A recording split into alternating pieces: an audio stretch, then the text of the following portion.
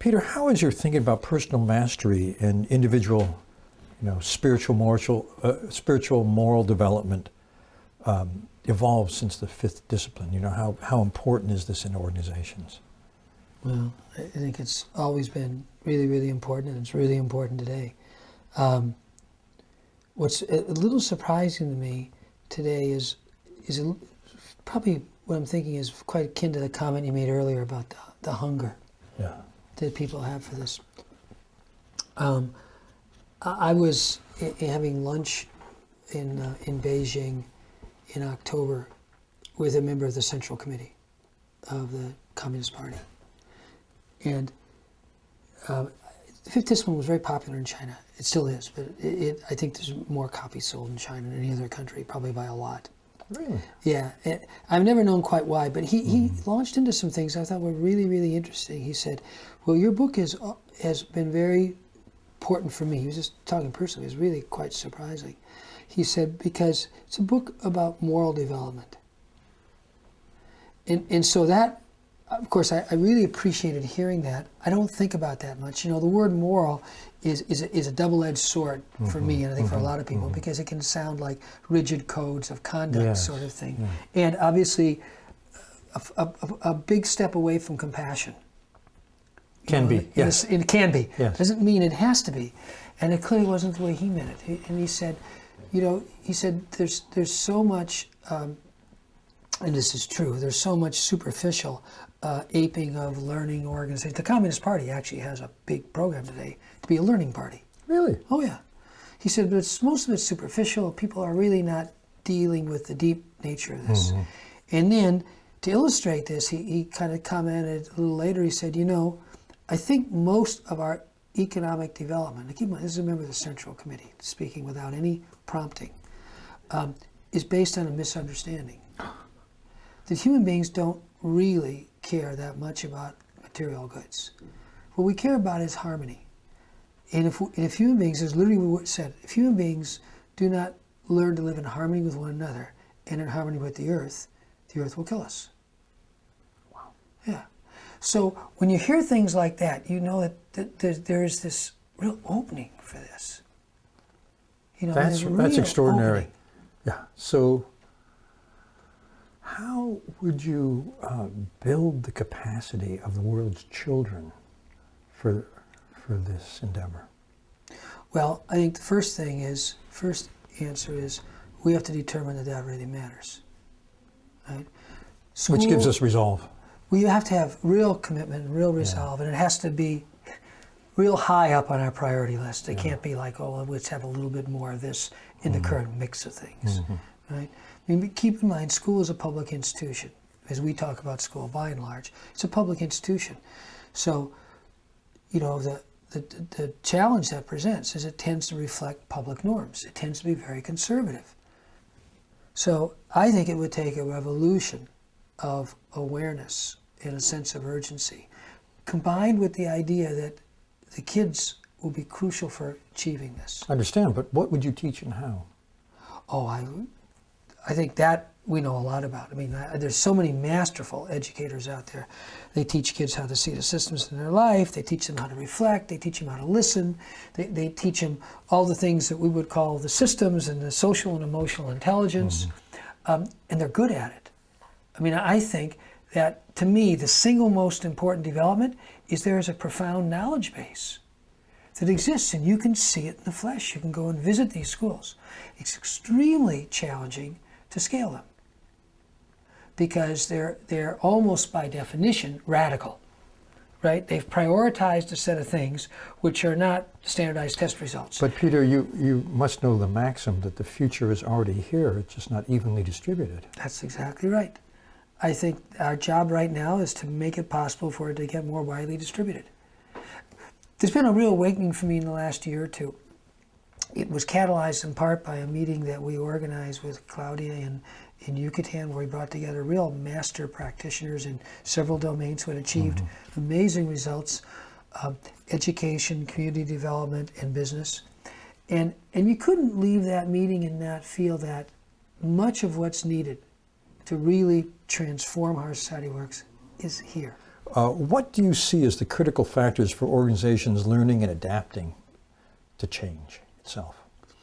Well, I think the outcome is building this kind of capacity to be resilient and adaptive, to have confidence without certainty, because the turbulence means any certainty you have is undoubtedly wrong.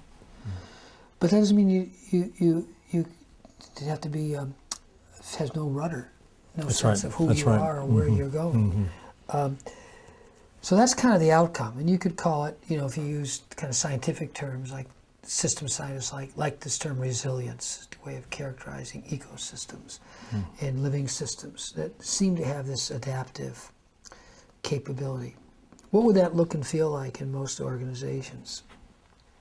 I think it would look like a pretty significant distribution of power and authority, because where the successful adaptations are emerging could be anywhere.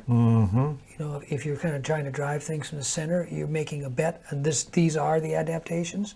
Where in fact, in a more kind of adaptive systems, well, something important may be emerging over here or over here. So there's got to be a fairly good distribution of power and authority.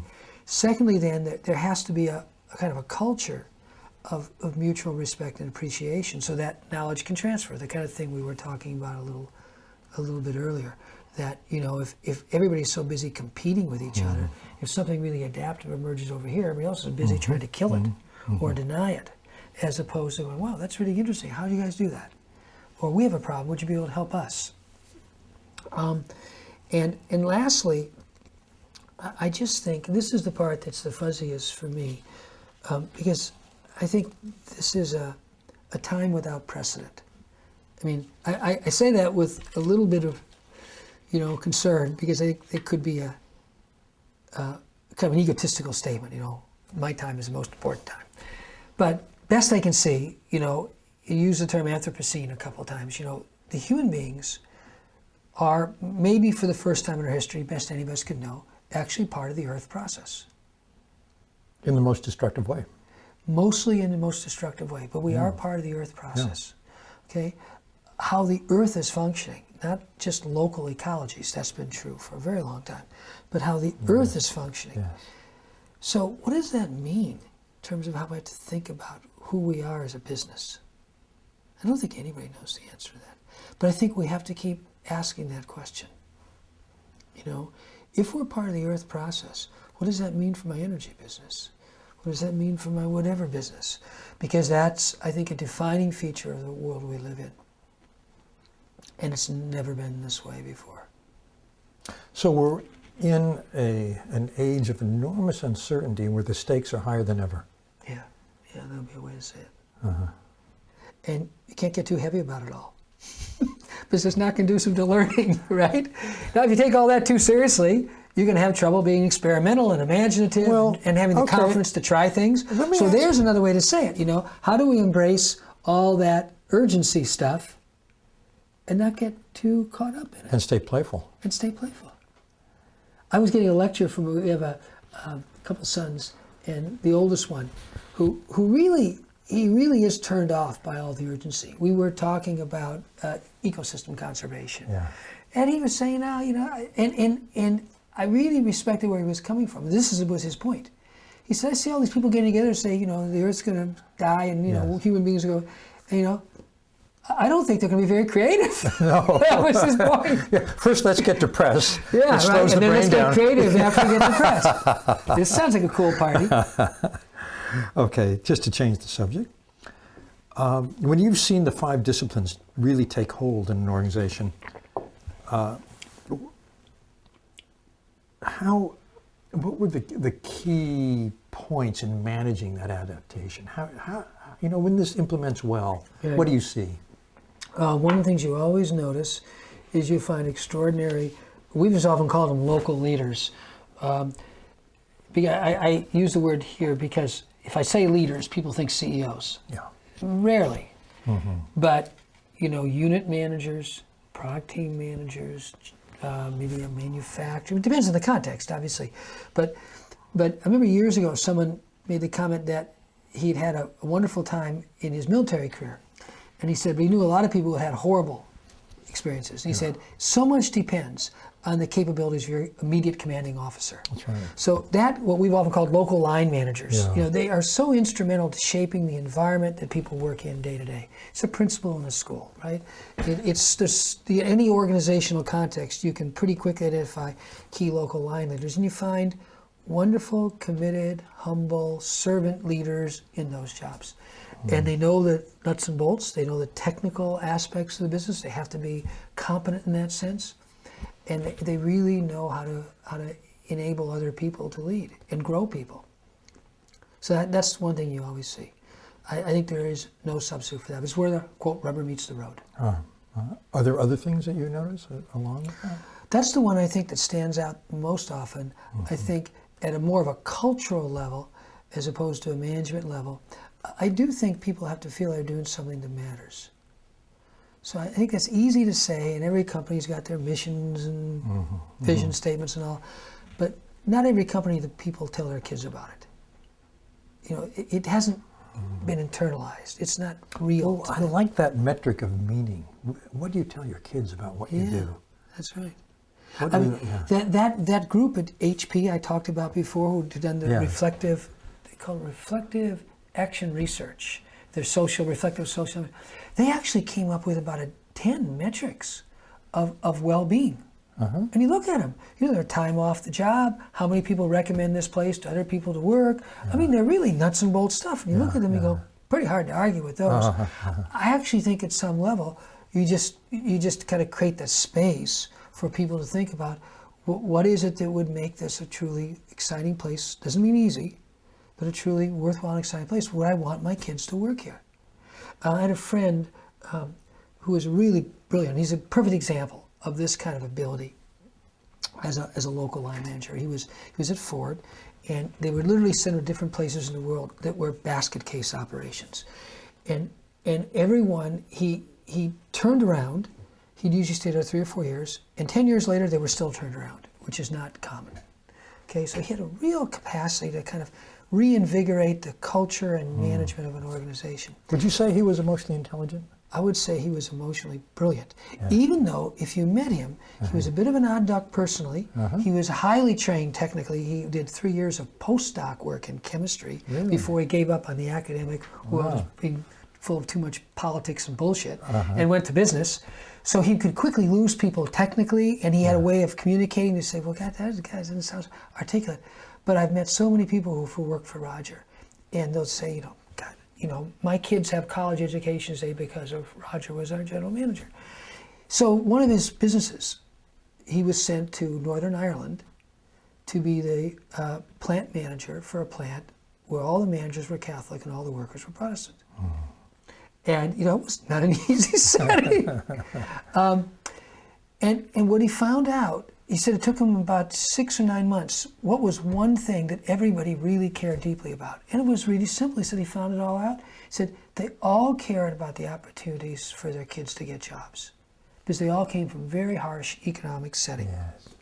And he said, we created an intern employmentship for the children of the workers. It was pure nepotism. Straight. He said, I had to hide it from Ford because it broke a lot of rules within Ford. But he said, the Catholic and the Protestants, who had a lot of trouble agreeing on a lot of things, this is 25 years ago. Wow. They had this one common. They really were bridged concerned that about divide. their kids' economic prospects. Wow. Yeah. And so he did. He created an internship for the sons and daughters of his employees. And he said it was amazing. So that's a high level of emotional intelligence, and obviously the courage to do that. Sure. This was a guy. I don't know if on your list of emotional intelligence where this would be as an exemplar, but this literally guy who, at the age of 35, after having worked for Ford for probably 8 years, sued the corporation. Why? Because the corporation had polluted a river near where he lived. And he, with a group of the other citizens there, brought a civil class action suit against Ford, even though he was in his 9th or 10th year as a rising manager in Ford. And I said, Roger, what? How did you do this? And he said, Oh, it was just the right thing to do. It was obvious, you know. Yeah. They were being really, really stupid. Right. And he said, well, what happened with you in your job? He said, well, my boss took me into the office one day and he said, Roger, I understand you're suing the company. And Roger said, yes. And his boss asked him what the facts were, and Roger told him the facts, and his boss said, okay, as long as it doesn't affect your job.